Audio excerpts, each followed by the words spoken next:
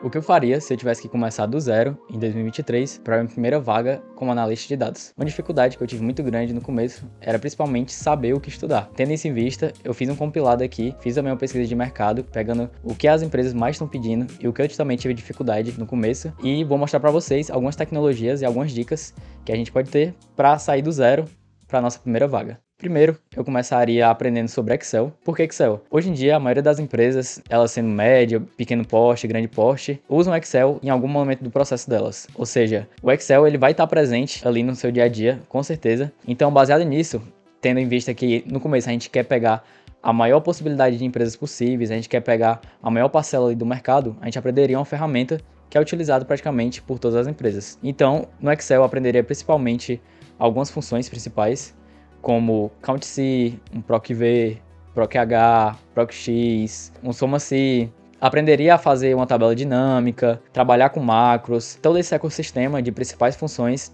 e algumas funcionalidades que a gente tem como base no Excel, a gente já conseguiria desenrolar praticamente a maior parte dos problemas que a gente teria no nosso dia a dia como analista de dados. Então, tendo isso em vista, se eu fosse montar um cronograma de estudos e fosse, cara, o que eu preciso saber de Excel para a minha primeira vaga?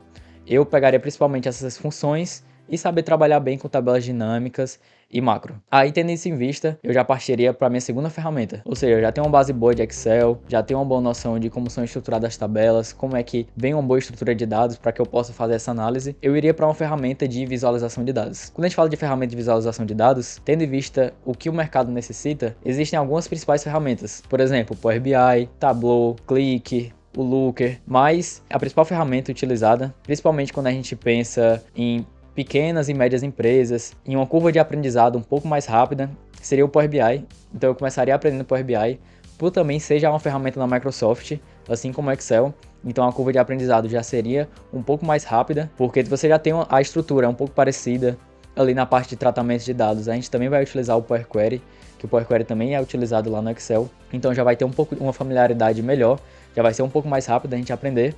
E o Power BI também é como uma ferramenta self-service. Mesmo que você não tenha ainda uma base tecnológica, não tenha uma base técnica muito grande, você consegue desenrolar bastante. E com ele a gente consegue fazer a extração de dados, a gente consegue extrair dados de uma planilha Excel, de um site web, de um arquivo CSV, de um TXT, via API, dos principais bancos de dados, por exemplo, SQL Server, Postgre. Então a gente já consegue fazer essa extração de diversas fontes, consegue realizar também o tratamento desses dados via Power Query e, por fim, a gente consegue fazer toda a parte de análise também, utilizando o DAX.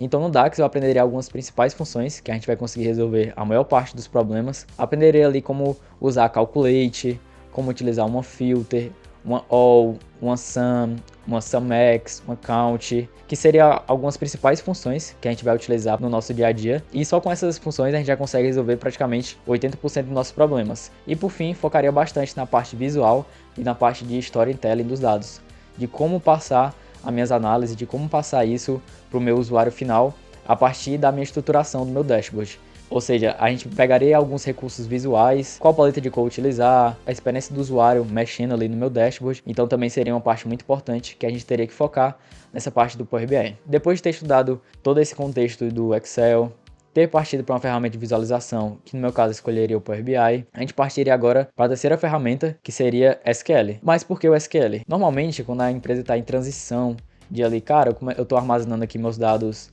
no Excel, que já não é uma prática muito boa, ou então eu quero extrair esses dados de um sistema, normalmente a gente vai migrar para um banco relacional, seja ele um Postgre, seja ele um SQL Server, e para a gente conseguir extrair essas informações, a gente tem que extrair via linguagem SQL, ou seja, que a linguagem SQL é uma linguagem para bancos relacionais. Então ali no SQL eu aprenderia principalmente como fazer um select, um where, um group by, algumas principais funções também de interseção e a gente conseguir relacionar tabelas, por exemplo, inner join, um left join, right join, porque a maioria dessas consultas, que seriam consultas que eu vou buscar ali os dados e não consultas de estruturação, já serviriam pra gente como nosso dia a dia como analista de dados. Porque a maioria das empresas, caso você vá entrar ali como júnior ou uma vaga mais inicial, dificilmente você vai ser a pessoa responsável por criar essa estrutura. Normalmente essa estrutura já existe e você só vai chegar ali e buscar aqueles dados. Então, tendo isso em vista, sabendo fazer bem o select, sabendo como estruturar, cara, eu vou fazer aqui o select, from, where, com Group By, saber essas principais funções, a gente já conseguiria fazer a extração desses dados e a partir disso, extraindo esses dados, a gente conseguiria já fazer uma análise, já jogando isso para um Power BI ou para essa parte também caso a gente quisesse fazer também uma análise no Excel. Mas já que a gente já tem essa ferramenta de visualização que seria o Power BI, a gente conseguiria também lá dentro do Power BI fazer algumas consultas. Ou seja, na minha empresa tem ali um banco de dados, eu consigo fazer uma consulta específica lá no meu Power BI e já trazer esses dados específicos. Então, depois de tudo isso, depois de pegar o Excel, já também ter uma boa base de Power BI, já consegui também fazer ali as principais consultas com SQL, eu diria que a gente teria essa tríade, teria essas 3 principais ferramentas que são requisitadas por um analista de dados no dia a dia. E por fim, eu escolheria alguma linguagem de programação. Para escolher uma linguagem de programação, eu escolheria o Python. Porque quando a gente fala no contexto de análise de dados, ciências de dados, o Python é uma das ferramentas mais utilizadas. E além disso, o Python é muito dinâmico. A gente pode fazer desde tratamento de tabelas, fazer web scraping, fazer análises descritivas, análises preditivas. A gente consegue também tratar tabelas. Então o Python, além dele ser uma linguagem ali que ela tem uma curva de aprendizado um pouco menor, porque a sua sintaxe é um pouco básica, ela também é a linguagem de programação mais utilizada. É uma linguagem de programação também muito dinâmica. E dentro do Python eu escolheria principalmente algumas bibliotecas para aprender. Então eu começaria com Pandas, já que a gente vai estar tratando ali com Excel, um pouco também de alguns arquivos CSV ali inicialmente. O Pandas a gente vai utilizar bastante para fazer manipulação e tratamento de tabelas. Depois eu iria para NumPy.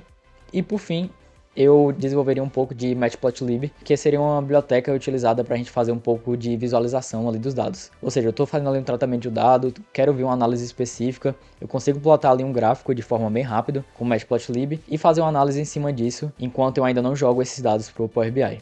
Então, por fim, eu escolheria o Python, exatamente por toda essa dinamicidade e também pela quantidade de vagas quando a gente fala no contexto de análise de dados. Então, em relação à linguagem de programação, por fim, eu diria mais que é um plus, não seria tanto um pré-requisito para a sua primeira vaga como analista de dados. O que seria realmente pré-requisitos que, se a gente for analisar ali as vagas, seria Excel, uma ferramenta de visualização, seja ela Power BI, Tableau, Qlik, Looker, mas eu diria que principalmente Power BI, por ter mais mercado, ser mais fácil achar uma vaga que as empresas utilizam Power BI. E, por fim, mas não menos importante, eu diria que até um dos mais importantes seria a SQL. Porque basicamente você no dia a dia como analista de dados, você vai estar ali utilizando a SQL para fazer consultas, às vezes estruturar uma tabela, estruturar uma view, para buscar ali alguns dados específicos para alguma análise. Então, tendo Excel, uma base muito boa, Power BI, SQL e tendo ali o plus de Python, eu diria que em relação à parte técnica, em relação à parte de ferramentas, você já está ali preparado e para pegar a sua primeira vaga. E caso você sinta a necessidade de alguma coisa ou aprender alguma coisa mais específica, vai ser algo realmente que a gente vai conseguir pegar ali no nosso dia a dia, no dia a dia mesmo do trabalho. E por fim, depois de ter essa parte de conhecimento um pouco mais técnico, eu partiria para montar meu portfólio. Porque, beleza, eu sei, mas as pessoas têm que saber o que eu sei. Então a gente tem que chegar ali e montar um portfólio um pouco estruturado com as ferramentas que eu sei utilizar. Ou seja, eu vou montar ali um projeto que eu vou utilizar Excel como ali uma base de dados, fiz ali alguns tratamentos específicos, vou visualizar essas informações ali no Power BI, ou eu tenho meus dados em um banco de dados e eu vou fazer ali algumas consultas e a partir desses dados resultantes, dessas consultas que eu fiz via SQL,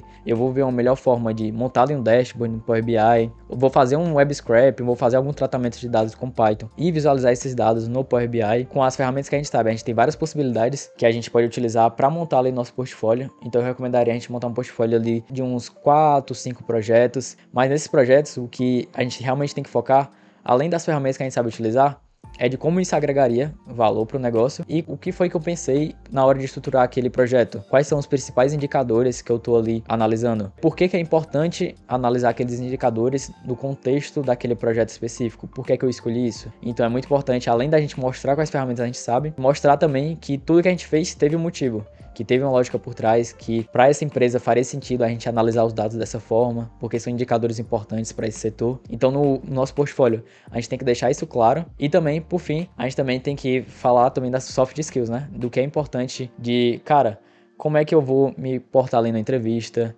o que é que eu preciso em relação à comunicação, o que é que eu preciso melhorar, será que eu estou muito prolixo, ou será que eu tenho alguns vícios de linguagem que eu tenho que melhorar? Então a gente tem que pegar toda essa parte de quais são as soft skills necessárias para eu, por exemplo, conseguir a minha primeira vaga, para eu me dar bem numa entrevista. E eu destacaria principalmente a primeira parte, que seria comunicação.